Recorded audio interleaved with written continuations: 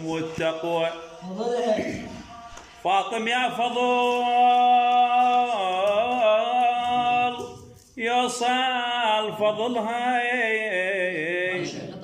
بحار بالعلم والتقوى.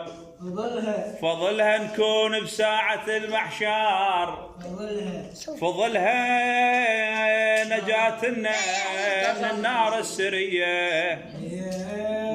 لا ما بعرف.